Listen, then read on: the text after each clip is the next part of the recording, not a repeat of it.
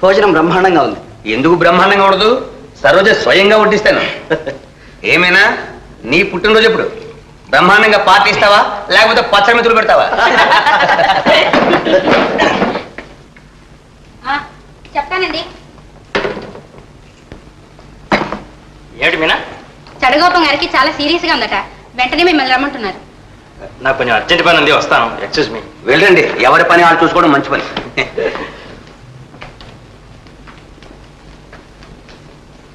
నేను వెళ్ళొస్తాను రా, నాకు పని ఉంది. నీకేమిటో అంత అర్జెంట్ పని? ఎవరికి అడ్డు లేకుండా ఉండడమే నా పని. వెళ్ళు, నాకు తెలుసులే.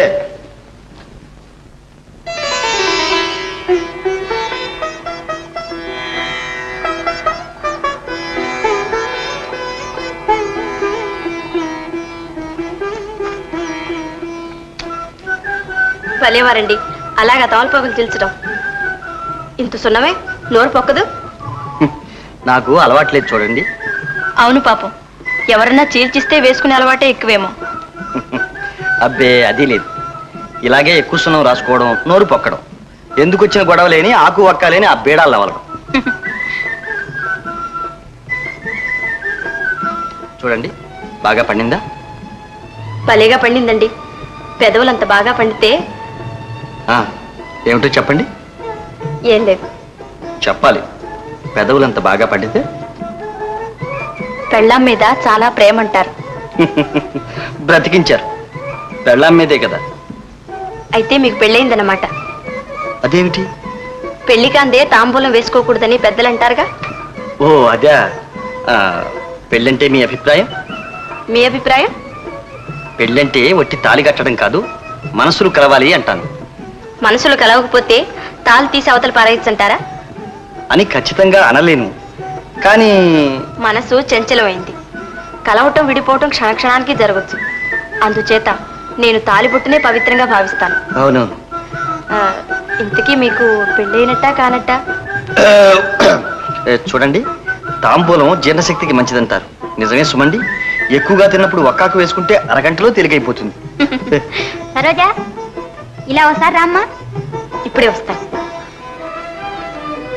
ఏమొదినా, ఎందుకు అక్కడ కూర్చోవడం? సరోజా, పొద్దుపోయింది, భోజనానికి రా. అమ్మా నాన్న రాని, వాళ్ళెక్కడొస్తారు? కురుక్షేత్రం నాటకానికి వెళ్ళారు. 600 పద్యాలు, అవి తెల్లారుతుంది. అయితే ఇంద్రే, ఇప్పుడు నాకు ఆకలిగా లేదు.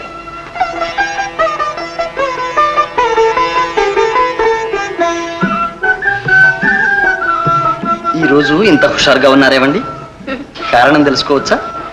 ఏమో, నాకే తెలియదు. తెలియని ఆనందం వెనుక తీయని కారణం ఏదో ఉంటుంది.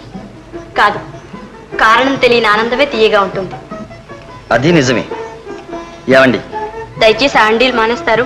ఏ? మీరు అలా పిలవటం నాకెందుకో బాగుండదు. ఓహో, మరి ఏమని పిలవమంటారండి? అదిగో మళ్ళీ సరోజా అని పిలవండి. ఆ మాత్రం చనువు తీసుకోవడం మీకేమైనా అభ్యంతరమా? అభ్యంతరం కాదు, ఆనందం. సరోజ, నీతో కొన్ని విషయాలు మాట్లాడాలి. ఇప్పుడు నీకేమైనా పనిందా? ఏమీ లేదు. ఉన్నా మీరు మాట్లాడుతుంటే ఎంతసేపైనా వినాలనిపిస్తుంది. ఎందుచేత? వెన్నెల్లో కూర్చోవాలి ఎందుకు అనిపిస్తుంది? సరే, అయితే పైకి వెళ్ళి వెన్నెలోనే కూర్చున్నా పదండి. లేదు లేదు.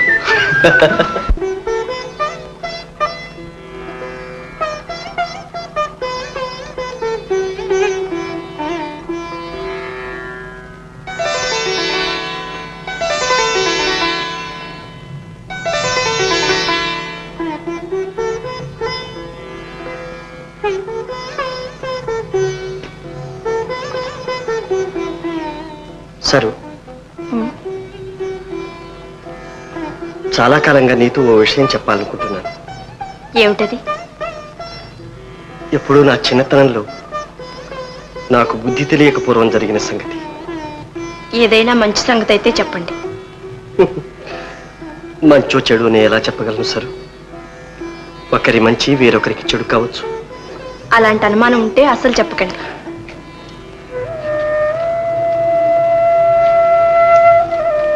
ఈ నిండు పున్నమి పండు వెన్నెలా హాయిగా గడపక మనసులు పాడు చేసుకోవడం దేనికి? కానీ చెప్పకుండా దాచాన్ని తప్పుపడతావేమో. అబ్బా ఊరుకోండి, తప్పులు లేవు, దండలు లేవు.